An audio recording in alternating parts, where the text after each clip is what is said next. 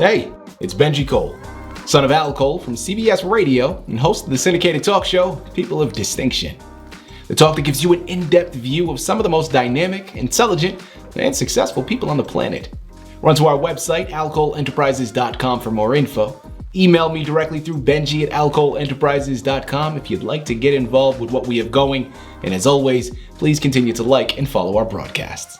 People of Distinction is an internationally syndicated show solely due to the love and support that you all continue to show.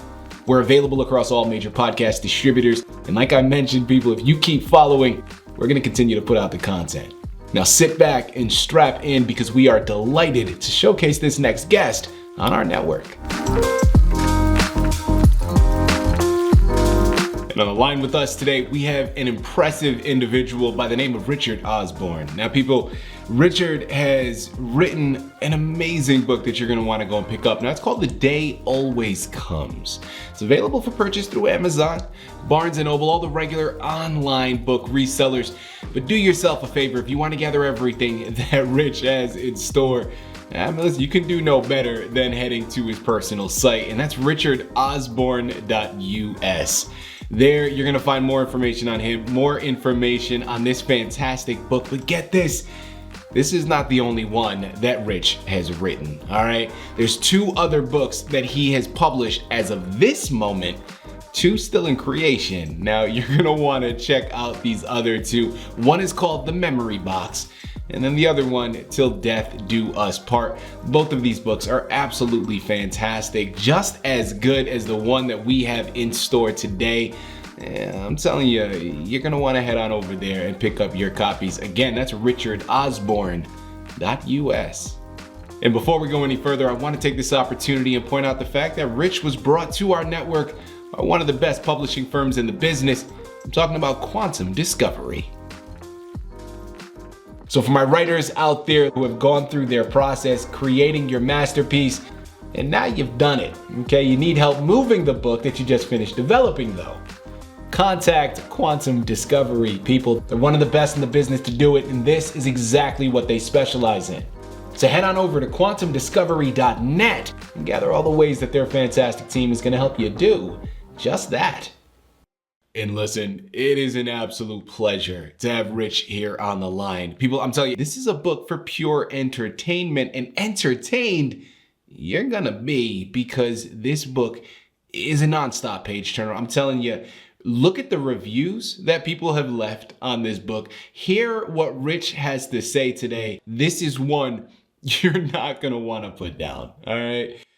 Rich, first and foremost, welcome to People of Distinction, and thank you very much for being a guest. How are you doing today, sir? I'm doing just fine. Very excited about this. Wonderful. Well, listen, Rich, that feeling is mutually held. I really do mean this. Let's begin with more of your background. Rich, start there. Tell us a little bit more about yourself. Well, I grew up in central Michigan, near Lansing. Very small town. There were not even 1,000 people in the town. And I'm one of those guys that went to grade school with 4 grades, or four rooms. Mm-hmm. And there were 2 grades in each room. There were 8 students in my class. And when I left the school, I went to the high school where there was 125 students. And it was very different for me. And when I tell people that, they really chuckle. But that's my background. That's where I was. I graduated from high school and I went to Michigan State University, where I met my bride-to-be. And I studied zoology and biological sciences, and it was during Vietnam. At the end of my sophomore year, I joined the Naval Reserve because they were drafting guys left and right. Unfortunately, they called my unit up. So I had to go on active duty, and I did not finish my college education, which was a big disappointment to me. But that comes later. After I got out of the Navy, I met my bride-to-be again, and we got married, and I went into my 35-year career as an airline pilot. And at the end of that career, I graduated off the 747 as a captain. And about 3 or 4 years after I retired, I thought, what am I going to do? What do I want to do? And I decided to go back to college and get my degree. So I went to Augsburg College in Minneapolis, and they have a weekend college program for adults. Mm-hmm. And I went to that program because I didn't want to go to classes day after day after day.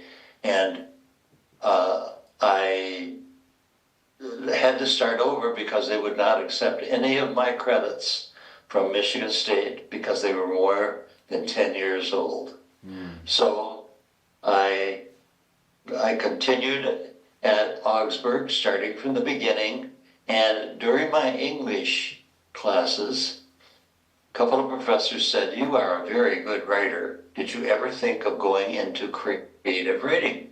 And I said, "No, I haven't thought about that." And they said, "Well, you should do it." Well, all of a sudden, I'm in creative writing. I go in my senior year to my professor to make sure that I have all my credits in line. And he said, "Say, you qualify for the honors college." And I said, "Well, what am I going to do with that?" At my age, I was 69 years old. And he said, "Well, I don't know, but you are accepted." And so what I did, I had to write a thesis. This is where the day always comes, falls in place. Mm-hmm. I had to write a thesis, and I wrote 5 short stories. That was my thesis. And I did. I wrote 5 short stories. And one of them was The Day Always Comes. I graduated cum laude, and I took that book. I knew the beginning, I knew the ending, and I filled it in the middle. So that's where I am. And I'm retired, and I love it, and I hardly know what day of the week it is. Well, listen, Rich, just between you and I, man, I hardly ever know what day of the week it is, too. I mean, they all just seem to melt into one another after a while, don't they? I mean, it just kind of sticks together. No, listen, joking aside, Rich, thank you very much, man, first and foremost, for disclosing that information. And also, thank you even more for your service and the sacrifice that you and your military brothers and sisters have given, right? Protecting our freedoms here in the States, man. We're truly indebted to you all. And thank you never seems good enough, but that's what I have to offer, Rich. So thank you. Thank you very much. Rich, you've already started to go into your inspiration. Well, let's not deviate. Let's stick here for a second because I'm curious about your title and your book cover, man. It is engaging and it simply hooks you from the beginning. Well, talk to our listeners about how and why you chose them to be the representation for your book. The title came because I always used to say to people when they would say, "Oh my gosh, I gotta have this paper done, and I don't know that I'm going to get it done." And I would say, "Just remember, the day always comes, mm-hmm. and you will have to have it at that time." So I use the phrase quite a bit, and in reality, the day does always come. And the front of the book, have you ever walked down a beach in the early morning hours and you see the seagulls flying in the air and the birds chirping, mm-hmm. and there's just a very gentle surf coming up on the sand, and it's a very I don't want to say eerie moment, but it's a very meditative moment. And I have done that several times because I did some of my flight training down in Daytona Beach, Florida. and I used to walk the beach in the early morning hours, 5:30, 6 o'clock in the morning, and the birds would sing and the waves would just slap against the sand very gently, and I realized the day has come. Well, listen, Rich, we've covered your background, man. We've covered your inspiration. Well, now let's jump into the book. The Day Always Comes. Tell us more about it, Richard. I wrote a book before this. It's called Till Death Do Us Part. Mm-hmm. And I really would love to have the reader read Till Death Do Us Part first, because there are things in my second book, The Day Always Comes, that relate to that first book. It's not a sequel, but there are some things that will explain. Now, you don't have to read it. You don't have to do that. But it would be helpful if you did. The inspiration for the book came from some friends of ours. They had a daughter that was a police officer here in Minneapolis. She was in her late 20s, and she wanted a child. So she went through artificial insemination, and she gave birth to a boy. His name was Paul. She was on duty one night, and she went to the precinct to use the ladies' room. And when she was in there, she had a cerebral hemorrhage, and she died. Paul was 4 years old, and although he didn't spend his life looking for his biological father, I created that. There's my cat. I created that. And in the book, Michael John Gibbons, spends his life, after he meets a female friend in the Navy, she encourages him to look for his father, and he does, and he opens up many boxes, and I wanted to make the story so that you grabbed the reader, and in the beginning, I believe I did, because he had this small box, and he had the key in his shaving kit, but you never knew what was in the box. Mm-hmm. So that kept people wondering, and people that I've talked to that have read the book said that just kept them going. They wanted to know what was so secretive about that box. Well, I continued through, and I can't really go into the rest of it because I don't want to give away the story. Smart man. Smart man. You know, Rich, listen, I honestly, man, I'm right there with all of those that have given you that feedback, because like I mentioned, man, listen, while I was reading your book, I couldn't put it down. It kept me hooked. It kept me engaged. And I just wanted to find out more, right? I just wanted to continue. And this is why people, I'm telling you, you got to head on over to Amazon, Barnes & Noble, all the regular online book resellers. But of course, don't forget richardosborn.us to gather more of everything that he has going on. And remember, he has a lot more happening that you're going to want to check out as well. You know, moving along here, Rich, what was a highlight for you throughout this process? And, or, you know, maybe even if not a highlight, maybe something that surprised you that you weren't anticipating before you began on this journey? The highlight was me working on Mike and finding his biological father. That was what was of great interest to me, how he would go about doing something like this. Mm-hmm. And yes, I did investigate, and I did go to the county clerk in Washtenaw County, Ann Arbor, Michigan, and ask them what someone does when they're looking for their biological parent. And they told me what they do. And if there are any things that the person does not, the donor, I'll call him the donor does not want to be known. It could be everything. He doesn't want anything known. But on this particular one, or they said he could be 6 months unknown or a year unknown. Mm-hmm. So I just simply chose 6 months. That's of my own doing, and I think I grabbed the reader very well.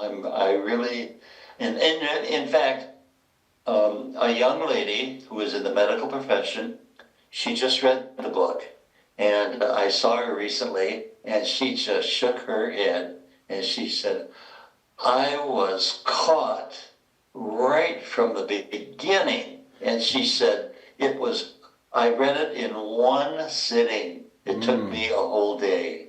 And I had another person, it was 11 o'clock at night, and I'm in bed by then. And the phone rang. And I thought, oh God, who's this calling? And it was Pauline, a very good friend of ours. And she said, I am so mad at you. And I said, Pauline, what's going on? And she said, I go to bed at 9 o'clock. And she said, I've been reading your book and I cannot put it down, and I just finished it. And anyway, I've had comments like this, and I've really enjoyed it. Well, that's incredible. Well, listen, Rich, sometimes you got to lose some sleep, man. You got to lose a little bit of sleep because that's how it goes. All worth it at the end, I'm sure.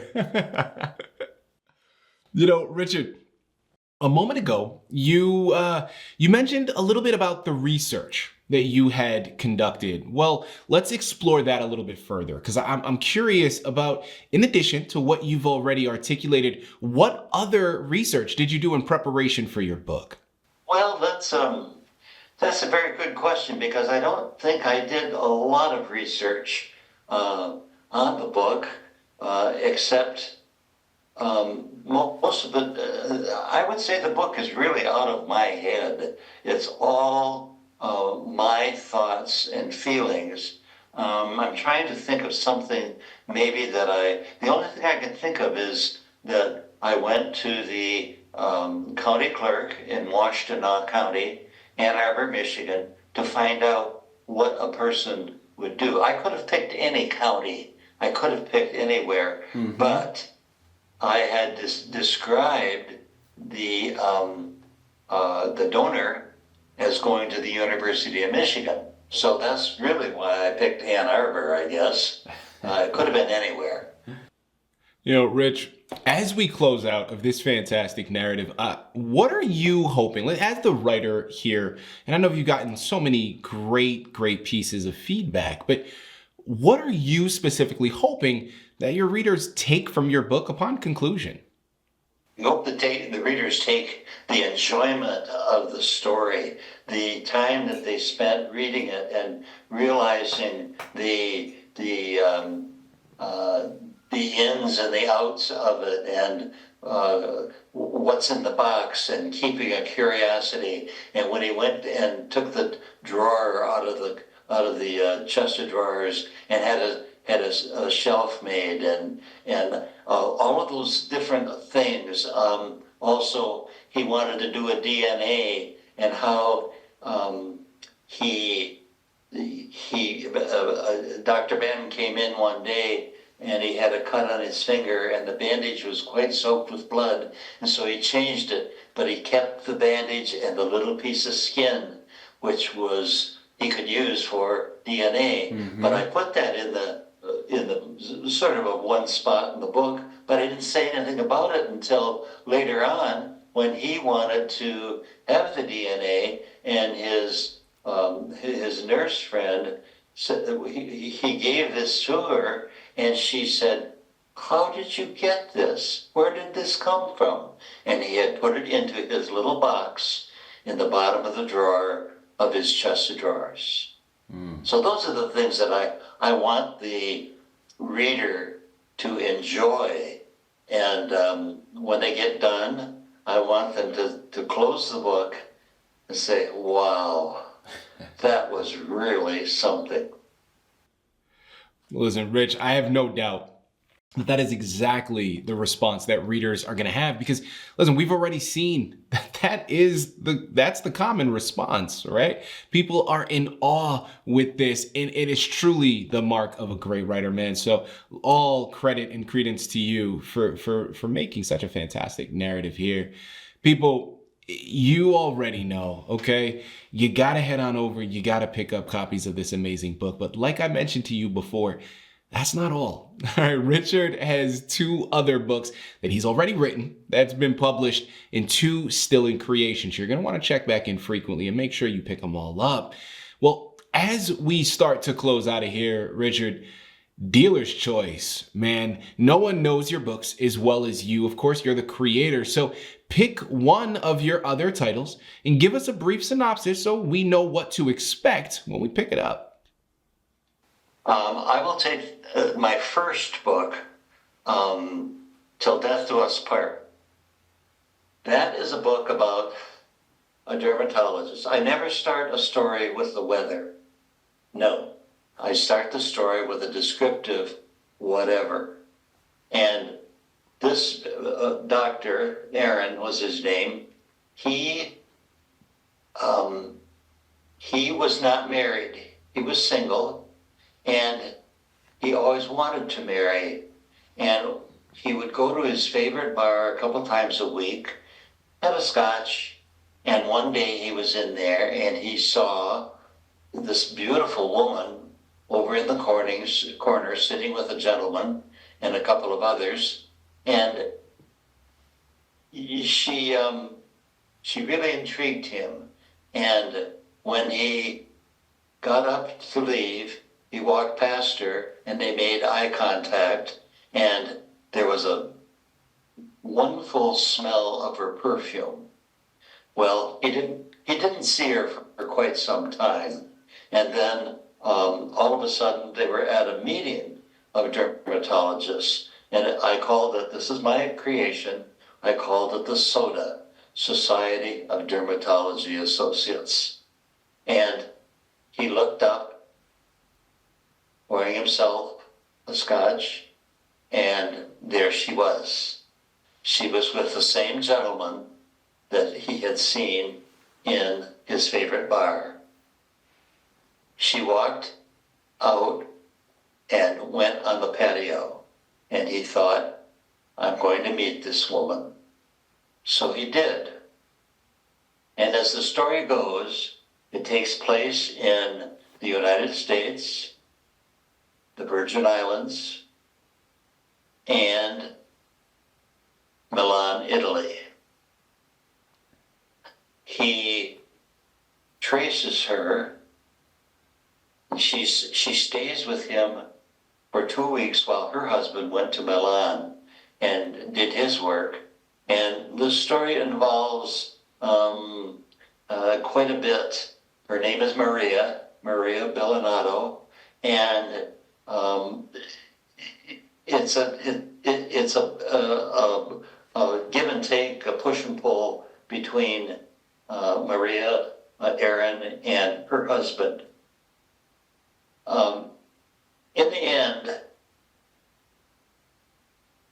In the end, and I can't give it away. Gosh, I can't.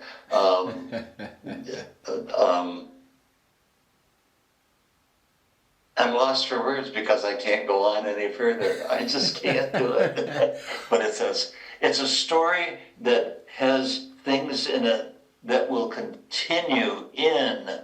It will continue in till death do it, or the day always comes. Mm-hmm. It will continue in that book, and that's why I say you should read that first book, Till Death Do Us Part. And then it will answer some questions in The Day Always Comes. It's not a sequel, but there are some things in there. Well, listen, nothing else needs to be said, right? People, the book is called The Day Always Comes by Richard Osborn. You're going to want to head on over to Amazon, Barnes & Noble, take your pick. There's a lot of online book resellers where that book is available for purchase. But remember, the best place, richardosborn.us. You're going to want to head on over there, pick up this magnificent novel. While you're at it, like I mentioned, he's got 2 others that he's written already, one of which we just finished discussing called Till Death Do Us Part. But also check out The Memory Box. In addition, he has 2 other ones that have already been created and in the process of that final development. You're going to want to check back in frequently. Again, the one-stop shop for it all, richardosborn.us. Get lost in these amazing journeys. Allow it to just take your imagination on a roller coaster of a ride, because I promise you that's exactly what it's going to do. You don't even have to just take my word for it. Look at the reviews. Look at what everybody has already been saying. And I promise you, when you pick up copies and you start to go on that journey yourself, you're going to see why people are saying that. And I promise you're also going to be saying that yourself. Rich, this is something special, man. This was a delightful conversation and such a wonderful, wonderful time. Thank you again for being a guest on People of Distinction. Benji, pleasure meeting you.